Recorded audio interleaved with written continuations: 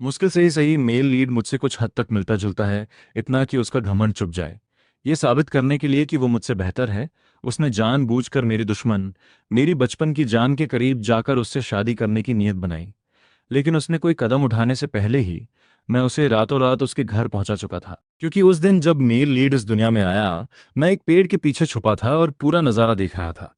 और मैंने गलती से यह भी जान लिया कि मैं उसके और सिस्टम के बीच की हर बात सुन सकता हूँ, ये पता लगाने के लिए कि उसकी मंशा अच्छी है या बुरी। मैं उसकी चाल में 10 साल तक साथ देता रहा। संगीत, पूरी लड़ाई एक लड़की के लिए थी। अब मैं इस खेल से थक चुका हूं और मुझे पूरी तरह से पता है कि वह यहाँ क्यों आया है। उसकी बस यही चाहत है कि वह मेरी मंगेतर को जित ले। जैसे ही मैं अपना सामान पैक करता हूं और देश छोड़कर इस मूर्खतापूर्ण ड्रामा से बचने की कोशिश करता हूं, मैं शादी में एक अनोखा पल देखता हूं।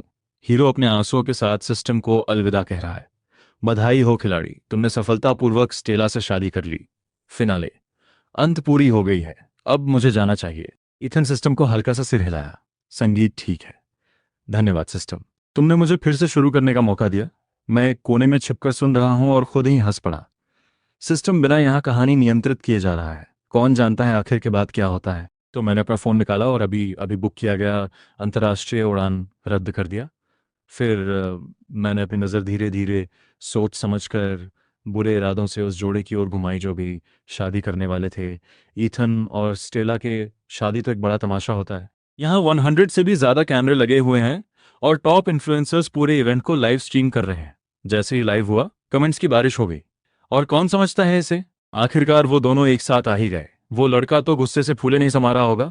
उनके लिए यहाँ तक पहुँचना इतना आसान नहीं था। मेरा एथन आखिरकार सच्चा प्यार पा गया। वो दुष्ट लड़का इस कनेक्शन में नहीं होता। तो मिस शेन तो मेरे ड्रीम बॉय से काफी पहले ही शादी कर चुकी होती। लेकिन उसी की वजह से मेरे ड्रीम बॉय ने अपना दिल समझ पाया।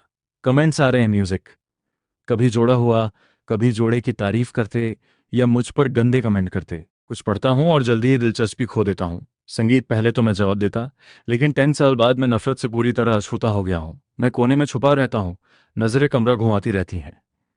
ये शादी बिना किसी रुकावट के होनी चाहिए।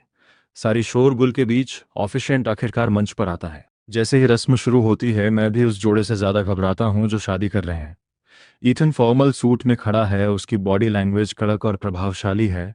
उसकी नजरें आगे टककी लगाए हुए, गहरी भावना से स्टेला को देखते हुए जो उसके तरफ बढ़ रही थी। ईथन एक प्रसिद्ध पुरस्कार विजेता अभिनेता है जो ऑनलाइन सभी का राष्ट्रीय आइडल है। इसी वजह से स्टेला दिल खोलकर ईथन के फैंस के लिए 100 जगह खुलवाई है ताकि वे शादी को सीधे देख सकें। जो मेरे ठीक पास खड़ा है वो उनमें से एक ही होगा। एक लड़की स्टेज की तरफ इशारा करते हुए चिल्लाने लगी, देखो देखो, वो रिंग्स पहन रहे हैं। उसकी चीख ने मेरा ध्यान फिर से स्टेज की तरफ खींच लिया। स्टेला ने पहले ही शादी की अंगूठी पहन चुकी थी। एथन की उंगली, अब उसकी बारी है। मैं उसके धीरे धीरे हिलने को देखती हूँ और मेरी सांस ठहर जाती है। जैसे ही वह अंगूठी स्टेला की उंगली में डालने वाला था, अचानक रुक जाता है। एथन की नज़र सीधी मेरी तरफ आती है, जहां मैं खड़ी हूँ। मुझे पता है उसने मुझे खोज लिया है और मैं कभी सोच भी नहीं सकती थी कि वो इसे छोड़ देगा। इतनी बड़ी दिन पर तो बिल्कुल नहीं। जैसे ही मैंने सोचा, अगले ही पल एथन माइक उठाता है। स्टेला और मेरे साथ यहाँ आने के लिए आप सबका दिल से धन्यवाद। लेकिन एक खास शख्स का मैं ज़रूर शुक्रिया अदा करना चाहता हूँ, जिसे आप सब जानते हैं। सभी लोग एक पल के लिए ईथन की नज़र मेरी तरफ देखते हैं और कोई भी मुझे पहचान नहीं पाता। ईथन, संगीत बोलता रहता है, तुम सब जानते हो, यहाँ तक का रास्ता मेरे और स्टेला के लिए आसान नहीं था। बीच में कई बाधाएं आईं। जो हमें अच्छे से जानते हैं वे समझते हैं।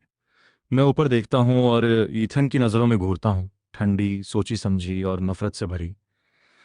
हाँ, हर एक बाधा मैंने पैदा की थी। ईथन सीधे मेरी तरफ देखता है और कहता है, जेवियर, मुझे पता है कि तुम इसे अभी स्वीकार नहीं कर पाए हो, लेकिन मैं फिर भी कहना चाहता हूँ कि सच्चा प्यार करता है।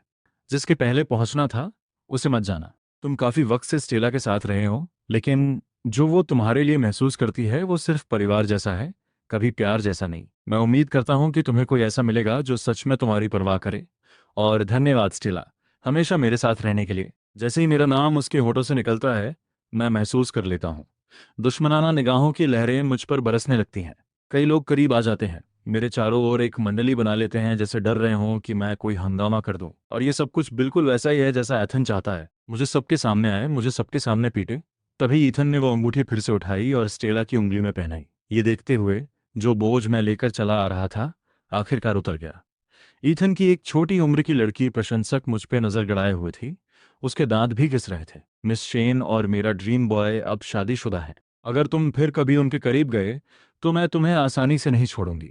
मैं शर्माते हुए सिर हिलाता हूँ। चिंता मत करो, मैं उनके लिए दुनिया की सारी खुशियां चाहता हूँ। हो गया। तभी एक धीमा घंटे जैसा आवाज सुनाई दिया। एक छोटा नीला रोबोट ईथन के सामने उड़ता हुआ प्रकट हुआ। बधाई हो खिलाड़ी, तुमने स्टेला से शादी कर ली है। खिलाड़ी, तुम्हारा मिशन पूरा हो चुका है, अब मुझे आना होगा। एथन सिर हिलाता है। ठीक है, धन्यवाद सिस्टम, तुमने मुझे एक नई जिंदगी दी। ये बात सिर्फ मैं ही सुन सकता हूँ। 10 साल पहले जब सिस्टम पहली बार आया था तब भी मैं इसे सुन सकता था। एथन इसका खिलाड़ी है। इसके जरिए मुझे पता चला कि मैं खलनायक की भूमिका में हूँ। मैंने अपनी भूमिका बदलने की कोशिश की, लेकिन कोई फायदा नहीं हुआ। इसलिए मैंने उस हिस्से को अपना लिया, खलनायक बनकर खेला। कहानी पूरी होने की उम्मीद में इंतजार किया कि सिस्टम चले जाए। अब ये वो गदरेल सिस्टम आखिरकार चला गया। अब आगे क्या? असली खलनायक तो वही है। शादी छोड़ने से पहले मैं एक आखिरी बार पूरे कमरे में से ईथन की नज़र पकड़ती हूँ, हल्की सी मुस्कान देता हूँ। तेरे अच्छे दिन खत्म हो चुके हैं। मैं अपने कमरे में लौटती हूँ और सबसे पहले पुरानी सभी चीज़ें फेंक देती हूँ। फिर एक मूविंग कंपनी को कॉल करती हूँ और आखिर में अपने फ़ोन में पिन किए गए कॉन्टैक्ट को मैसेज भेजती हूँ। जब तक मैं ख़त्म करती हूँ आधी रात हो चुकी होती है। पिछले 10 सालों से मैंने पूरी लगन से खलनायक का रोल निभाया है। उनकी रोमांस को मेरी ज़रूरत थी। आग तेज करो, ठीक है। तो क्या हुआ अगर मैं उनका कठपुतली था? अब आखिरकार वो वक्त आ गया है। कहानी अब मुझ पर कोई कंट्रोल नहीं रखती। कौन जानता है कहानी खत्म होने के बाद क्या होगा। जो कुछ भी मैंने उनके लिए छोड़ा था अब उसे मैं धीरे धीरे वापस ले रहा हूँ। सबसे पहले स्टेला की वर्तमान जगह। 3 दिन पलक झपकते ही गुजर गए।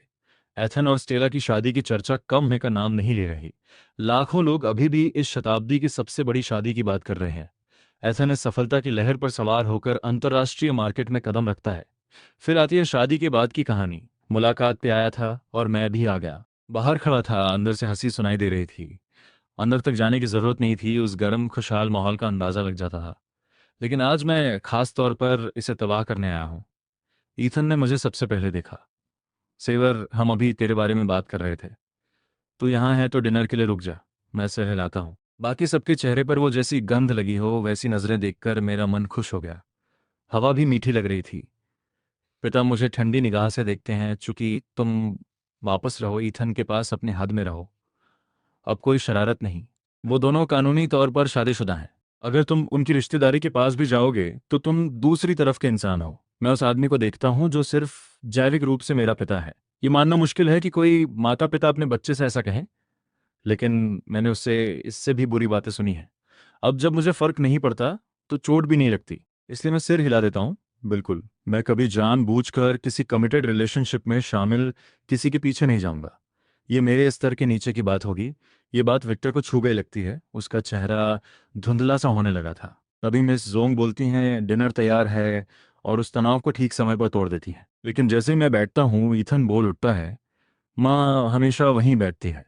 चूंकि जेवियर को वो जगह इतनी पसंद है तो तुम कोई और सीट क्यों नहीं ढूंढ लेते? मैं आधी हंसी के साथ ईथन को देखता हूँ। वो मुस्कुराता है, नम्र और शांत।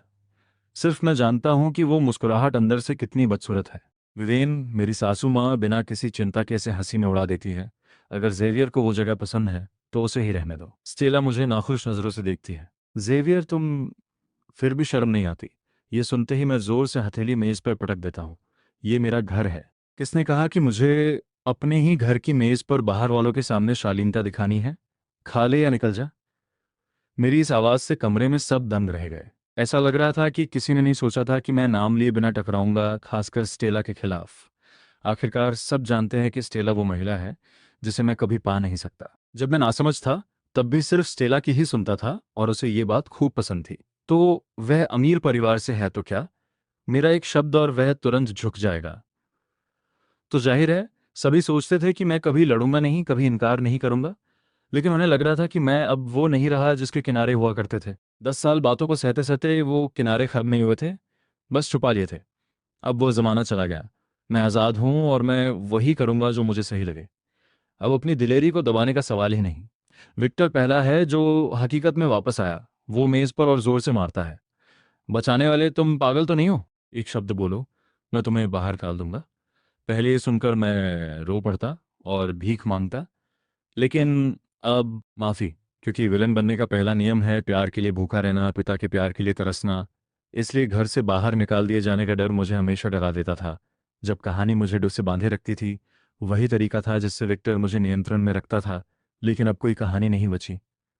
मैं हंस पड़ा। पापा, आप कुछ भूल गए लगते हैं।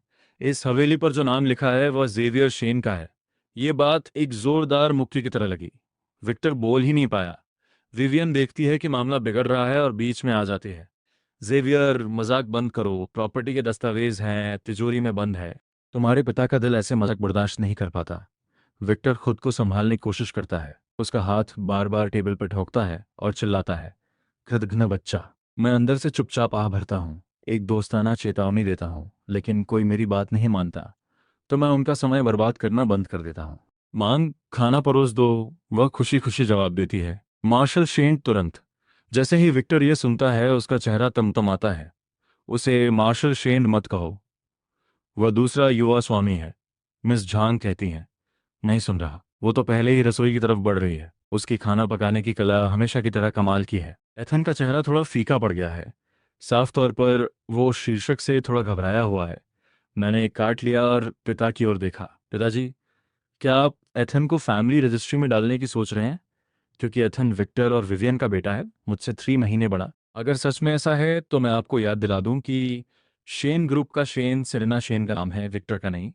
सिरेना मेरी माँ थी, एक नरम दिल वाली, और अपनी मोहब्बत में इतनी डूबी कि अपने लिए अच्छा नहीं सोच पाई। और उसने ये भरपाई एक ऐसे शख्स से प्यार करके की जो बस सोशल क्लाइंबिंग कर रहा था, जैसे विक्टर। इसका अंत अच्छा होने वाला था ही नहीं। क्योंकि कोई नहीं मानता कि ये विला मेरे नाम है, तो चलो सही में उन्हें एक बढ़िया तोहफा दे देता हूँ। ये सोचकर मैं मुस्कुरा देता हूँ। मैं हाथ ताली बजाता हूँ। कई पहरेदार जो काले कपड़े पहने हुए थे, बाहर से दौड़ते हुए अंदर सकते हैं। वे एक ही फुर्तीले अंदाज में ईथन और बाकी सबको घेरे लेते हैं। किसी के प्रतिक्रिया देने से पहले पहरेदार उन्हें सबको विला से बाहर खींच ले जाते हैं। विक्टर चिल्लाता है, बाहर गालियां देता है। मैं उसे पूरी तरह नज़रअंदाज कर देता हूँ और बटलर को बुलाओ ताकि सफाई वालों की टीम भेजी जा सके। हर कोना ऊपर से नीचे तक, और बाग के सारे फूल गायब। उनकी जगह सब्जियां उग रही हैं। पुराना जेवियर कभी भी कानूनी मालिक नहीं हो सकता था, लेकिन जो जेवियर 18 का हुआ जब उसने अश्रेन का नाम लिया, वो हो सकता था, जबकि ईथन और उसके लोग आराम आराम की जिंदगी जी रहे थे। मैं चुपचाप फिर से सब कुछ बना रहा था, सही मौका का इंतजार कर रहा था। और अब वो मौका आ गया है। जैसे ही मेरा फोन फिर बजे, मैं उसे बंद कर देता हूँ। जितना मन करता है बीच में घोंपूं। लेकिन जो खलनायक ज्यादा बोलते हैं, बहुत कुछ गंवाना पड़ेगा। सबसे बड़ी बात है कि लीड्स को कम करना। अगले दिन विक्टर गुस्से में विवियन और टाओ के साथ हाथ धमकता है। शॉन ग्रुप को इतने लंबे समय तक संभालना कोई मामूली बात नहीं थी। जैसे ही हम मिलते हैं वो मुझे थप्पड़ मारने की कोशिश करता है। मैं उसका हाथ पकड़कर सीधे विवियन के चेहरे पर लगा देता हूँ। मैं कब से इस दुष्ट महिला को मारने का इंतजार कर रहा था। वही आखिरी कील थी जिसने मेरी माँ को तोड़ दिया। उसे पता था कि मेरी माँ बेडरिडन है, फिर भी वो इथन के साथ चली आई। खुद को घर की मालिक बना बैठी, और यहाँ तक कि पितृत्व टेस्ट तक थूका। मेरी माँ का चेहरा। मेरी माँ को कभी चैन से अपनी आखिरी सांस लेने का मौका नहीं मिला।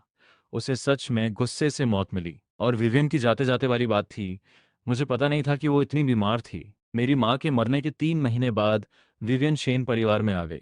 वही पहली बार था जब मैंने ईथन से मिला और पहली बार सिस्टम के बारे में सुना। मैं इसे चुपचाप मंजूर नहीं कर सका। मैंने पापा और विवियन के अफेयर को सबके सामने उजागर कर दिया। शुरू में तो इंटरनेट पर मैं खूब मजाक बनाया गया, लेकिन फिर ईथन लाइव आ गया और रोते हुए विवियन और पापा के बारे में बात करने लगा। रिश्ता, ये दावा करते हुए कि वे बचपन के प्रेमी थे, कि एक अमीर लड़की ने विक्टर को अपना निशाना बनाया था और विवियन को सत्ता के असंतुलन की वजह से उसे छोड़ना पड़ा था। 1 दशक से ज्यादा अलग रहने के बाद जब मेरी माँ का निधन हुआ, तो जिम्मेदारी उसी पर आ गई। ये सब उन लोगों के लिए सहानुभूति पाने के लिए था जिन्होंने उसे तबाह किया था। तभी ईथन पहली बार सार्वजनिक नजर में आया, देश के पसंदीदा बेटे से एक राष्ट्रीय आइडल बनने तक। विविन हैरान रह गई। विक्टर फिर कोशिश करने ही वाला था कि मैंने उसे 2 थप्पड़ और जड़े। विवियन का चेहरा जल्दी से झुका, फिर पापा की तरफ ऐसी नजरों से देखा जैसे कुछ समझ ही नहीं पा रहे हो। पापा, आप क्या कर रहे हैं? विक्टर ने तुरंत पकड़ लिया। उसकी आंखें आग की तरह जल रही थीं। तुम कौन होती हो ये सब कहने वाली? ये तेरी बड़ी बहन है। थप्पड़। एक और तेज थप्पड़ विविन की गाल पर लगता है। पापा, आपने क्या कहा? मैं सुन नहीं पाया। विक्टर का उंगली कांप रही थी। वो मुझे इशारा कर रहा था, पूरी नफरत के साथ। वो मुझे मारना चाहता है, लेकिन मेरी हाथ में बेसबॉल बैट देखकर रुक गया। कुछ मैंने रास्ते में उठा लिया था। बताओ वो विला क्या मामला है? तुम्हारा नाम उस पे कैसे है? मैं इसमें हूँ। अच्छा मूड था तो मैं समझाता हूँ। वो विला मूल रूप से मेरी माँ के नाम पर था। जब वो गुजर गईं तो उन्होंने अपनी सारी संपत्ति मुझे छोड़ दी। मुझे बस वयस्क होने तक इंतजार करना था ताकि मैं उसे वारिस बन सकूं। विक्टर काफी वक्त से उस पर नजरें टिकाए था। मैं अभी बड़ा भी नहीं हुआ था कि वो मुझ पर दबाव डालने लगा कि मैं वो संपत्ति इसके नाम कर दूं, इसे सुरक्षित रखने का बहाना बनाकर। तो मैंने एक वकील की मदद से ये कर दिया। सौभाग्य से मेरी माँ, जो बेहद रोमांटिक थीं, कभी भी अपने बच्चे को किसी खतरे में नहीं डालती। नाम जो उस पर था, प्रॉपर्टी डीड है एशन, एक ऐसा झांझा जो मैंने सिस्टम को चकमा देने के लिए बनाया था। जैसे ही सिस्टम चला गया मुझे बस नाम बदलना था और फिर सब कुछ फिर से मेरा हो जाएगा। विक्टर और विवियन कुछ दिन वहीं खड़े रहे। उनके टूटे हुए चेहरे देखकर मेरा मूड इतना बढ़िया हो गया कि मैं थोड़ा और जोड़ने से खुद को रोक नहीं पाया। डैड, तुम तो सोशल क्लाइंबिंग भी सही से नहीं कर पाए। तुम्हारे पास हिम्मत कैसे आई कि अपनी प्रेमिका को घर में ले आए? उनके चेहरे का सड़ा हुआ रंग देखना बड़ा ही संतोषजनक है। मैं अब और बर्बादी बर्दाश्त नहीं करूंगा। उन्हें टाइम देना बंद करता हूँ, दरवाज़ा बंद करता हूँ और वापस सोने चला जाता हूँ। दोपहर के 2:30 बजे मैं दर्जन से ज्यादा बड़े इन्फ्लुएंसर्स को रिसर्च करके इथन की गंदी बातें अनजान होकर भेजता हूँ। इंटरनेट सच में दोधारी तलवार है। इथन ने इसका इस्तेमाल मेरी रोटेशन तबाह करने के लिए किया। अब वही तलवार उसकी तरफ मुंह मोड़ रही है। लेकिन उसके स्कैंडल के वायरल होने से पहले ही मैं ट्रेंड कर रहा हूँ। बैड गाय फिर से बवाल मचा रहा है। वो हेडलाइन देखकर सच में मैं उस शख्स की तारीफ करना चाहता हूँ जिसने लिखा है। बिल्कुल परफेक्ट, उसकी स्टाइल के मुताबिक।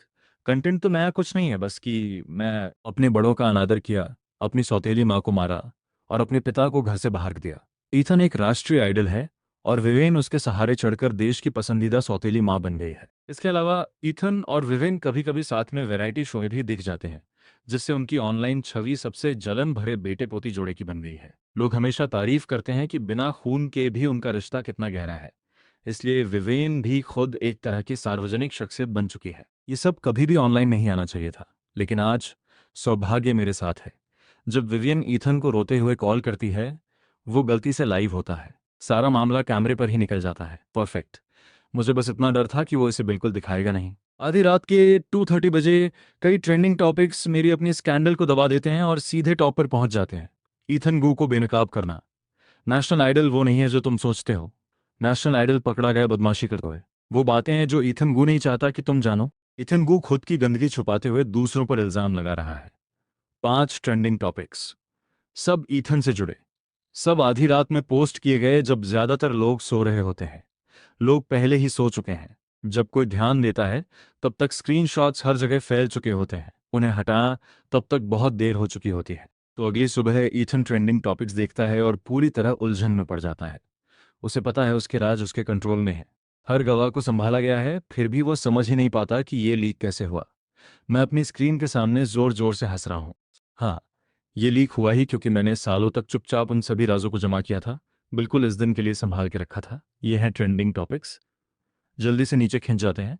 पैसे वाले ट्रोल आ जाते हैं और सब कुछ नकार देते हैं। मुझे पता है कि ये अकेले काफ़ी नहीं है, लेकिन जैसे ही ये बातें फैलती हैं, लोगों के दिमाग में शक की बुआ बो देते हैं।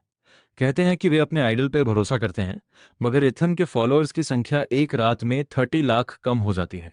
ये तो बस एक बूंद है, पर यह काफी है। अब इथन और स्टेला एक साथ हैं तो उसकी कंपनी को भी नुकसान होता है। स्टॉक भी एकदम गिर जाता है। स्टेला पूरी तरह पागल हो जाती है। वो बहुत गुस्सा थी, लेकिन इथन उसे आराम देता है। उनकी तरफ बहुत सारे लोग निगाहें टिकाए हुए हैं अभी। बहुत सारे लोग नहीं चाहते कि वे सफल हों। जैसे ही कहानी खत्म हुई, मुझे उस बोझ का एहसास हुआ जो मुझ पर दबा हुआ था, बस गायब हो गया। अब जो भी करता हूँ बिना किसी मुश्किल के हो जाता है। हीरो बिना उसके चमकदार दाग के बस एक आम इंसान है। जब ईथन की फिल्म टीम रैप करती है तो मैं उनकी रैप डिनर में पहुंच जाता हूँ। वो मुझे देखता है और हैरान होता है। जैवियर, तुम यहाँ क्या कर रहे हो? मैं अंदर से मुस्कुराता हूँ, उसकी नज़र में खुले विरोध के साथ मिला हुआ, फिर बिना पीछे देखे वहां से चल देता हूँ। मुझे पता है वो मेरा पीछा करेगा। बिल्कुल। काफी हो गया। जैसे मैं गलियारे के कोने से मुड़ता हूँ, ईथन चिल्लाता है, एक्सावियर, वो ऑनलाइन तुम ही थे ना? उसकी नफरत खिंच खिंच कर सामने आ रही है, बिल्कुल बेबाक। मैं मना करने की जहमत नहीं उठाता। ईथन हंसता है, बेकार की बात, अपनी ताकत बचा लो। तुम मुझे हरा नहीं सकते। 10 साल पहले भी नहीं। कुछ भी बदला नहीं है और अभी तुम्हारे पास कुछ भी नहीं है। तुम किस चीज से लड़ रहे हो? ईथन का सबसे बड़ा हथकंडा है दो चेहरे दिखाना। ये उसका असली चेहरा है। मैं उसे ठंडे लहजे में देखता हूँ। तुम्हारे फैंस को भी तुम्हें ऐसा ही देखना चाहिए। घिनौना, और तुम कैसे जानते हो कि मेरे पास कुछ भी नहीं है? क्या बस इसलिए कि वो सिस्टम ने तुम्हें ऐसा कहा? ये शब्द सामने रखता हूँ, उसकी आंखों में झलकता सदमा मैं देखता हूँ। वो कुछ कह पाता इससे पहले मैं बोलता रहता हूँ। तुम्हें क्या लगा कोई अनजान संस्था मुझे हरा सकती है? क्योंकि तुम हीरो हो। जो हीरो खुद अपनी लड़ाइयाँ लड़ नहीं सकता, वो हीरो क्या हुआ? अपनी आखिरी अच्छे दिनों का मजा लो, बेवकूफ मत बनो। ईथन वाकई में हिल गया लगता है। अगले कुछ दिनों तक वह पूरी तरह से मेरी दूरी बनाए रखता है। रोज की पोस्ट्स अब नहीं आती। स्टेला के साथ भी जिंदगी वैसी नहीं रही। उसकी चुप्पी के दौरान मैं स्टेला की कंपनी की तरफ चल पड़ा। एलिवेटर तक पहुंचने से पहले ही वो खुद एक एलिवेटर से उतरकर मेरे रास्ते को रोकती है। किसी ने उसे मेरे बारे में बता दिया होगा। आखिर मैं ऑनलाइन ड्रामे का हमेशा का हिस्सा हूँ। वो खलनायक जिसे हर कोई नफरत भी करता है, लेकिन प्यार भी। और मैं यहाँ अक्सर स्टेला के पास होने के लिए आता था। वो मुझे देखती है और उसके चेहरे पर नाखुशी दिखती है। सेवर, तुम यहाँ क्यों हो? मैं शादीशुदा हूँ, थोड़ा सम्मान दिखाओ। मैं एक छोटी सी हंसी छोड़ता हूँ। डिप्टी डायरेक्टर शेन, ये सब जरूरी नहीं है, अंदाज देखो। हम बढ़िया साथी बनने वाले हैं। कंपनी के सबसे बड़े शेयर होल्डर के तौर पे ऑफिस आना बिल्कुल सही लगता है ना? उसी दिन मैं अश शेन के नाम से ऑफिस में दाखिल होता हूँ। पूरा ऑफिस दंग रह जाता है। मैं स्टेला के पुराने ऑफिस में बैठ जाता हूँ, गहरी सांस लेता हूँ और असिस्टेंट को फोन करके स्टेला की सारी चीजें हटाए को कहता हूँ। स्टेला कहती है, जेवियर ये मत बढ़ाओ। मैं घूमकर उसकी सिरेमिक की मग डेस्क से फेंक देता हूँ। वो टुकड़ों में टूट जाती है। गंदगी शेन। अरे रुकिए। डिप्टी डायरेक्टर शेन, आपके साथ काम करने के लिए इंतजार नहीं कर सकता। मैं हूँ आशिन। स्टेला ने जोर से काटा, लेकिन वो कुछ कर भी नहीं सकती। वो गुस्से में बाहर निकल गई। मैं पिछले कई सालों में सबसे अच्छा मूड में हूँ। सारी स्टाफ के लिए आफ्टरनून टी का ऑर्डर दो, सबको 2 दिन की छुट्टी दो, और फिर शेयर होल्डर मीटिंग बुलाओ। मीटिंग के दिन स्टेला तगड़ी और काबू में दिखाई दी। उसकी पहले जैसी हताशा कहीं नहीं थी। वो विक्टर, विवेन और ईथन को भी लेकर आई। मैं टेबल के सिर पर बैठा हूँ, टेबल के पास। जैसे ही मैं उन्हें देखता हूँ, तुरंत सिक्योरिटी को बुलाता हूँ और गैर सदस्यों को बाहर करवा देता हूँ। ईथन 2 गार्डों से छूटकर मुझसे चिल्लाता है, जेवियर तुम हमें क्यों बाहर निकाल रहे हो? पापा नाक सूंघते हुए ने इसके लिए मंजूरी दी थी। मैं पूरी तरह से शांत रहता हूँ। शेयरधारकों की मीटिंग हर किसी के लिए खुली नहीं होती। पुरस्कार विजेता अभिनेता ईथन, ये कोई फिल्म सेट नहीं है। मैंने तुम्हें बाहर नहीं निकाला, ये खुद में बहुत बड़ा दयालुता है। मीटिंग शुरू होती है। जैसा कि उम्मीद थी, कोई भी मेरा समर्थन नहीं करता। हर कोई दृढ़ता से कहता है कि स्टेला सही उम्मीदवार है और मैं पद वापस सौंप देना चाहिए। मेरी नज़र धीरे धीरे कमरे की सबसे ज्यादा आवाज करने वालों पर ठहरती है। मिस्टर शैन, सही इंसान को सही जगह होना चाहिए, और मुझे नहीं लगता कि वो जगह आपके लिए यहाँ है। स्टेला ठीक उसी वक्त बीच में आ जाती है, समझदार वाला रुख अपनाते हुए।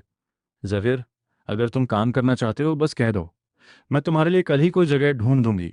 अभी जो तुम कर रहे हो मुझे खास फर्क नहीं पड़ता, लेकिन तुम इस कंपनी में हर किसी की रोजी रोटी में दखल दे रहे हो। हर किसी की आर्थिक स्थिति तुम्हारी तरह मजबूत नहीं है। मैं सिर हिलाता हूँ। बिल्कुल सही। हमें व्यक्तिगत बातों को लोगों की तनख्वाह में नहीं आड़ आने देना चाहिए। और इसी वजह से स्टेला, तुम्हें भी यहाँ नहीं होना चाहिए। मैं दूसरे बोर्ड मेंबर की तरफ मुड़ा जो लगातार विरोध कर रहे थे। मिस्टर हैंग, मैं आपसे एक बात कहना चाहता हूँ। कभी भी उस चीज़ की लालच मत करो जो तुम्हारी नहीं है, चाहे तुम्हें लगे कि तुम उसके लिए कितने भी उपयुक्त क्यों न हो। अगर वो तुम्हारी नहीं है तो नहीं है। और मैं चाहता हूं कि यहाँ मौजूद हर कोई जाने कि शैन और शैन ग्रुप की मालकिन सेरेना शैन है, न कि विक्टर और न ही स्टेला, जो मेरी माँ ने बस यूं ही सपोर्ट किया था। उसके दिल की अच्छाई का क्या मामला, जो मेजबान की चीजों पर नजर रखे। स्टेला बस उन कई लोगों में से एक थी जिन्हें मेरी माँ बिना सोचे समझे मदद करती थी। उसकी काबिलियत से इनकार नामुमकिन है, लेकिन जो आदमी उस हाथ को काटे जिसने उसे पाला, उसका शेन ग्रुप में कोई जगह नहीं। 10 साल पहले अगर सिस्टम कभी सामने नहीं आया होता तो मैं स्टेला को पूरी जिंदगी में नोटिस भी नहीं करता। जब अनजाने फैक्टर की बात आती है तो सबसे सुरक्षित जगह उन्हें अपने सामने ही रखना होती है। इसे मैं 10 साल की देखरेख कहता हूँ। ये मीटिंग खत्म हुई, बस इतनी बात। मुझे पता चला है कि स्टेला और ईथन की जबरदस्त लड़ाई हुई है। ईथन स्टेला को बेकार होने का दोष देता है कि उसने इतनी बड़ी कमजोरी को नजरअंदाज किया, और पूरी तरह आश्चर्यचकित हो गई। स्टेला ईथन को दोष देती है कि उसने वो बंदा नहीं संभाला जिसे वो पूरी तरह बेवकूफ कहती है। मुझे, जो शेन परिवार के अंदर सालों से हूं, लेकिन विक्टर को कभी काबू में नहीं कर पाया। मैंने अपनी असिस्टेंट की रिपोर्ट सुनी और ठंडी हंसी हंस दी। विक्टर को काबू में करना क्या फायदा? उसके शेयर तो मुश्किल से किसी काम के हैं, और वो आदमी स्वार्थी है। वो कभी भी अपनी चीजों को खुद से नहीं देगा। नया बॉस हमेशा 3 कड़े कदम उठाता है। पहला कदम स्टेला को निशाना बनाता है। मैं कंपनी में कदम दर कदम उसके करीब आता हूँ। अब वो खाली पद वाला डिप्टी डायरेक्टर भर है। शादी को अभी 3 महीने भी नहीं हुए और वे हर दूसरे दिन लड़ते रहते हैं। कुछ समय के ठहराव के बाद ईथन फिर से अपनी रोजमर्रा की जिंदगी स्टेला के साथ ऑनलाइन शेयर करने लगा है। ठीक से हिसाब लगाओ, लूना वापस आ रही है। लूना मेरी असली बहन है। इस वजह से एथन मुझे पहले से ही फोन करके बता देता है, जाहिर लूना वापस आने वाली है, इस बार सही तरीके से उसका ख्याल रखना, पहले जैसी गलती मत दोहराना। मैं हंसता हूँ, उसे बताता हूँ कि चिंता मत कर, मैं लूना से उसके लिए जरूर अच्छी बात करूंगा। लूना को पता चलना चाहिए कि एथन कितना तकरार में भाई रहा है।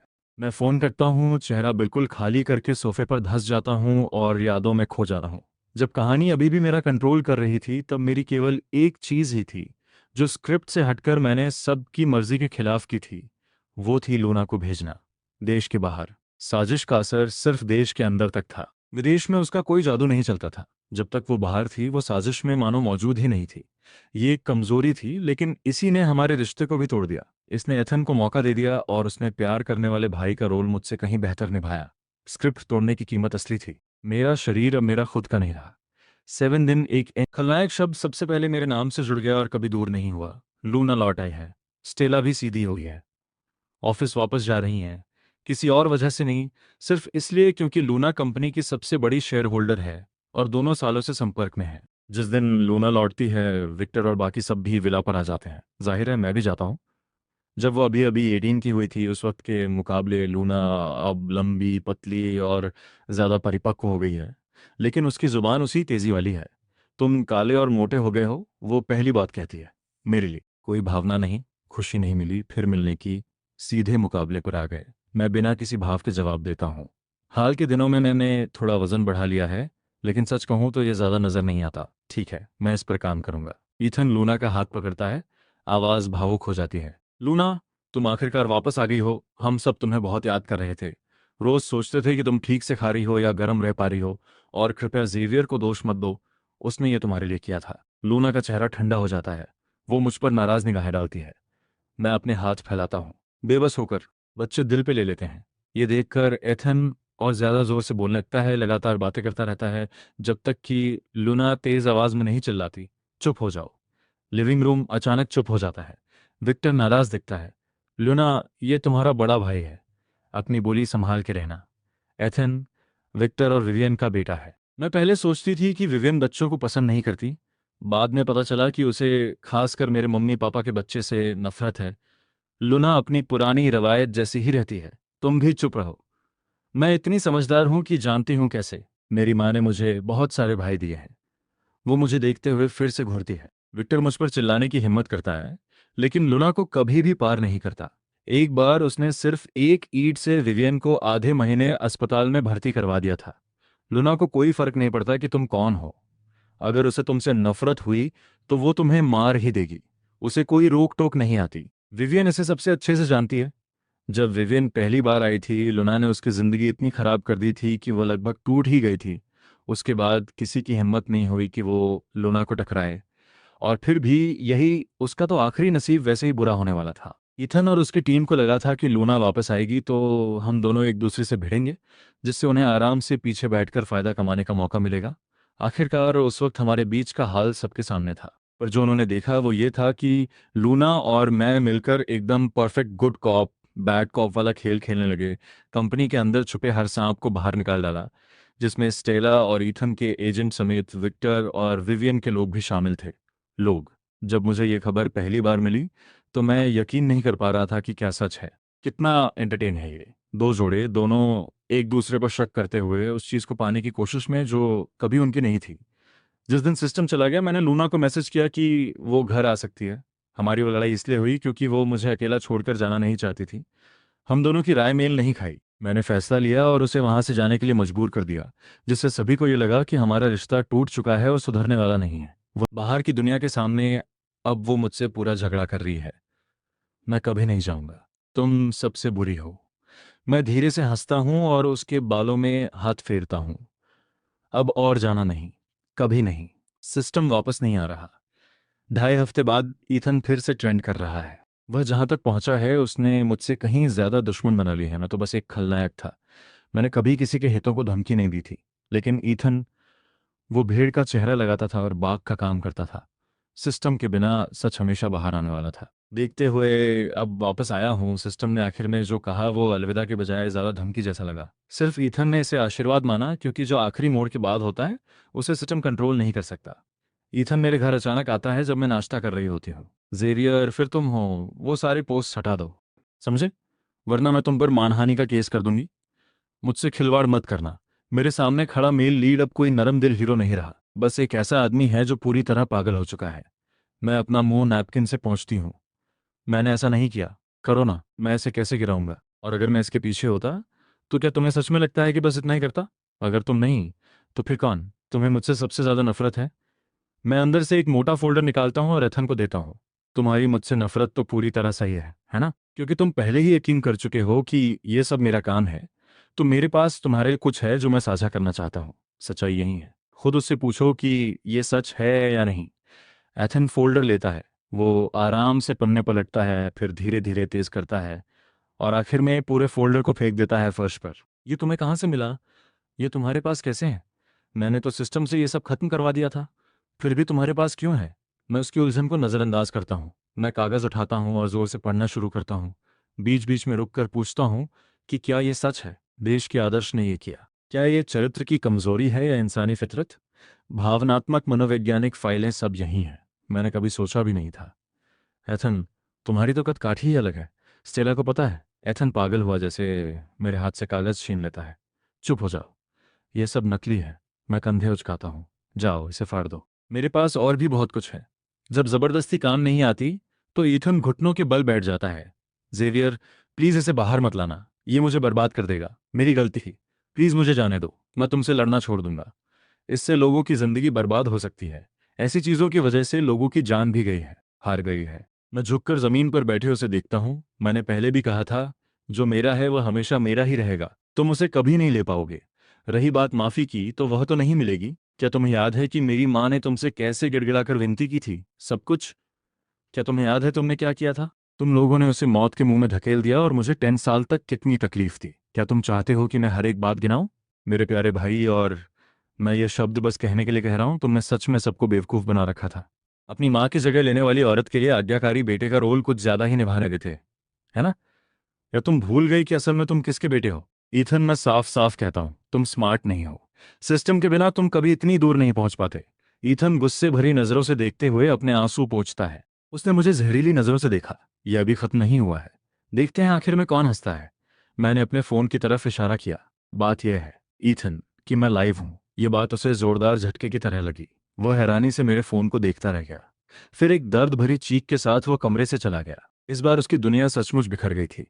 उसने बरसों की मेहनत से जो नेशनल आइडल वाली छवि बनाई थी, वह रातों रात ढह गई। विवेन के साथ उसकी मशहूर माँ बेटे वाली जोड़ी आग जितनी तेजी से भड़की थी, अब उसका असर उतना ही बुरा हो रहा था। और इसी वजह से विक्टर की अच्छे इंसान वाली छवि, वह भी खत्म हो गया है। मेरी माँ की यादों का गलत इस्तेमाल करके उसने जो भी अटेंशन पाई थी, वह अब बुरे नतीजों के तौर पर वापस आ रही है। शेम ग्रुप के शेयर लगातार गिरते जा रहे हैं। ऑफिशियल अकाउंट्स गुस्से से भरे हुए हैं। उस समय विक्टर ने खुद को पीड़ित और एक ऐसे माफ करने वाले पति के तौर पर पेश किया था जिसने कभी बदला नहीं लिया, जिससे वह नेक इंसान लगा। फाइनेंस मैगजीन आज भी अपने कवर पर उसकी तस्वीर छापती हैं, लेकिन जब हर झूठ का पर्दाफाश होता है तो उसका बुरा असर 1000 गुना ज्यादा जोरदार होता है। जैसा करोगे वैसा भरोगे।